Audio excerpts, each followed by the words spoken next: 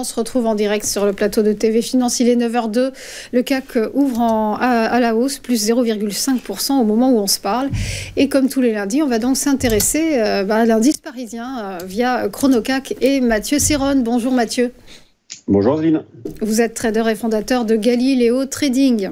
L'indice parisien a donc poursuivi son chemin sans grande conviction, alors que la saison des résultats bat son plein.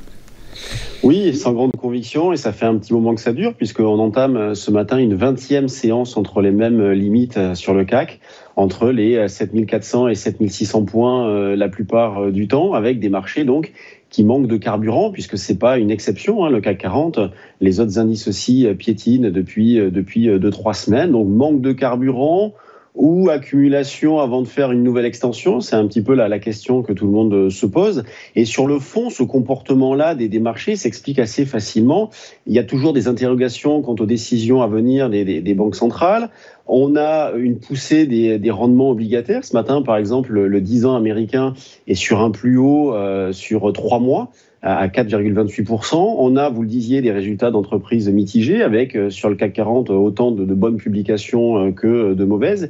Et à cela, rajouter de l'incertitude quant au dénouement de l'élection des élections américaines, donc dans 8 jours. Donc vous avez un cocktail détonnant qui fait que, au final, les marchés évoluent nerveusement, puisqu'il y a quand même de la volatilité, nerveusement, mais au final font du surplace. Cette semaine, nous aurons de nombreux catalyseurs, notamment en provenance des sociétés, avec 10 valeurs du CAC qui vont publier leur chiffre d'affaires du 3e trimestre, parmi lesquels Airbus, Schneider qui est désormais la 2e plus grosse pondération de l'indice, intercalée entre LVMH et Total qui publiera également en fin de semaine. Aux États-Unis aussi, de nombreuses publications, et là on va avoir du très lourd avec Alphabet mardi, Microsoft et Meta mercredi, Apple et Amazon jeudi, donc vraiment du très lourd en perspective. Sur le fond, je le disais, on évolue entre les mêmes limites, donc on a un biais neutre, on a un biais neutre entre...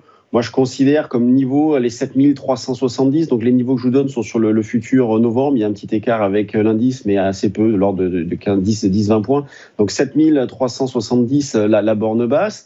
Allez, 7745, la borne haute. Déjà, il faudrait franchir les 7650 pour envisager une amélioration. Donc, moi, dans ce contexte-là, je travaille les deux sens, aussi bien à l'achat qu'à la vente, avec, pour ce début de semaine, des tentatives d'achat vers les 7515 jusqu'aux 7480 qui sont les plus bas de la semaine dernière. Quant à la vente, 7580 jusqu'à éventuellement 7600. Vous voyez, ce sont des niveaux assez proches, mais qui correspondent au comportement du marché actuellement, pour viser dans les deux cas des écarts, on va dire, autour de 0,05% pour commencer jusqu'à 0,7-0,8%. Vous voyez, je ne vais pas chercher des écarts très importants, je m'adapte à ce que les marchés nous proposent en ce moment. Et ce qu'il faut dire, c'est qu'il y a une divergence quand même entre le CAC et les autres indices, même si les autres indices, je le disais tout à l'heure, piétinent depuis 2-3 semaines, ils sont à proximité de leur plus haut. On est sur des performances, vous voyez, tandis que le CAC est proche de l'équilibre depuis le début de l'année, on est sur des performances à deux chiffres, à de l'ordre d'entre 15, 20, 25% selon les indices. Vous avez même le DAX en Allemagne qui, malgré les difficultés du secteur automobile, on l'a vu encore avec, vous en parliez tout à l'heure, Volkswagen, et puis les chiffres de Porsche qui sont ressortis avec un ralentissement encore de l'activité. Le DAX se comporte bien. Donc, vous voyez, tandis que je suis neutre sur le CAC 40, je suis haussier sur les autres indices que je cherche principalement à acheter. Donc, voilà un petit peu le contexte global des marchés, vraiment des indications qui se télescopent un petit peu, et puis au final, des marchés qui ne font pas grand-chose. Merci beaucoup Mathieu Serron pour votre éclairage sur ces marchés.